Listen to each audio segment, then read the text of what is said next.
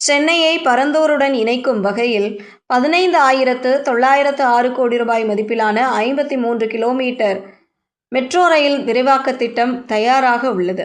பூந்தமல்லி, ஸ்ரீபெரும்புதூர், சுங்குவாச்சத்திரம், பரந்தூர் உள்ளிட்ட பகுதிகளில் 20 மெட்ரோ நிலையங்கள் அமையவிருந்தன. இதற்கான ஆரம்பகட்ட நிதியாக ஏற்கனவே 2,126 கோடி ரூபாய் ஒதுக்கப்பட்டுள்ளது. மேலும் சென்னை பெங்களூரு அதிவேக நெடுஞ்சாலையுடன் பரந்தூர் இணைக்கப்படும் திட்டமும் உள்ளது. இது மேற்கு சென்னையை ஒரு பிரம்மாண்ட பொருளாதார வழிநடை ஆக்கும். லாஜிஸ்டிக் பூங்காக்கள், சர்வதேச தர விடுதிகள், வணிக வளாகங்கள் மற்றும் புதிய தொழிற்சாலைகள் உருவாக்கம் இதன் மூலம் சாத்தியமாகும். இந்த திட்டம் கைவிடப்பட்டால் ஏற்படும் பாதிப்புகள் பலதரப்பட்டவை.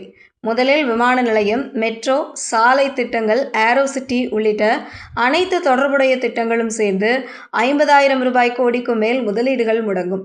இது தமிழகத்தின் உள்கட்டமைப்பு வளர்ச்சியை அடுத்த 25 முதல் 50 ஆண்டுகளுக்கு பின்னோக்கி தள்ளும். இரண்டாவதாக,